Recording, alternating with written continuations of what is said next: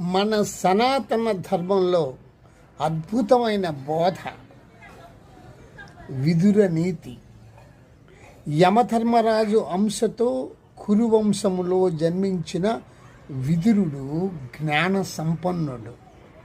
కురుక్షేత్ర సంగ్రామానికి ముందు పుత్ర ప్రేమలో చిక్కుకొని దిక్కు తోచని స్థితిలో ఉన్న ధృతరాష్ట్రుడికి ఆ మహానుభావుడు వినిపించిన హితవాక్కులే విదుర నీతి.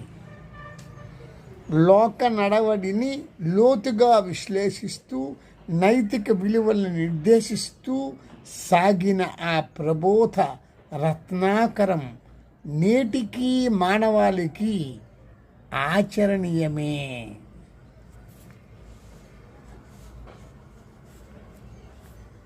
కపట మెరుగక పరహితమే ప్రాణప్రదముగా బ్రతికిన ధర్మాత్ముడు విదురుడు. ధృతరాష్ట్రుడికి అతని కుమారులైన దుర్యోధన దుశ్శాసనాదులకు తన మంచి మాటలు నచ్చవని తెలిసినా ఏమాత్రము సంశయించకుండా ఆ మంచి మాటలనే పలికినవాడు.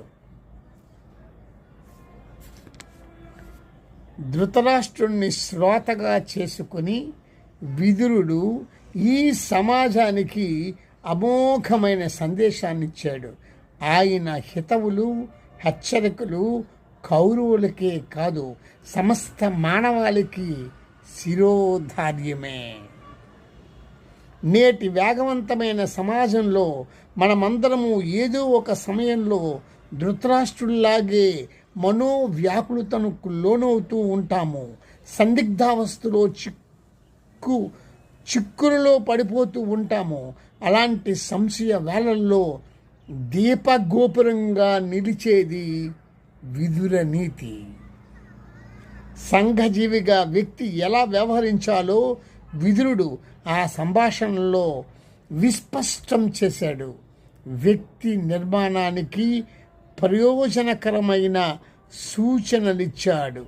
అందుకే ఈ నీతి సుధ యుగ యుగాల పాటు మానవ జీవనానికి పరమార్థాన్ని బోధిస్తూ దిశానిర్దేశం చేస్తూనే ఉంది. ఇంకొక వీడియోలో ఆ విదుర నీతి ఏమిటో, అతను చెప్పిన పలుకులు ఏమిటో, ఉపదేశం ఏమిటో, ధృతరాష్ట్రుడికి చెప్పిన ఉపదేశం ఏమిటో అది నేను మీకు వినిపిస్తా. ధన్యవాదాలు.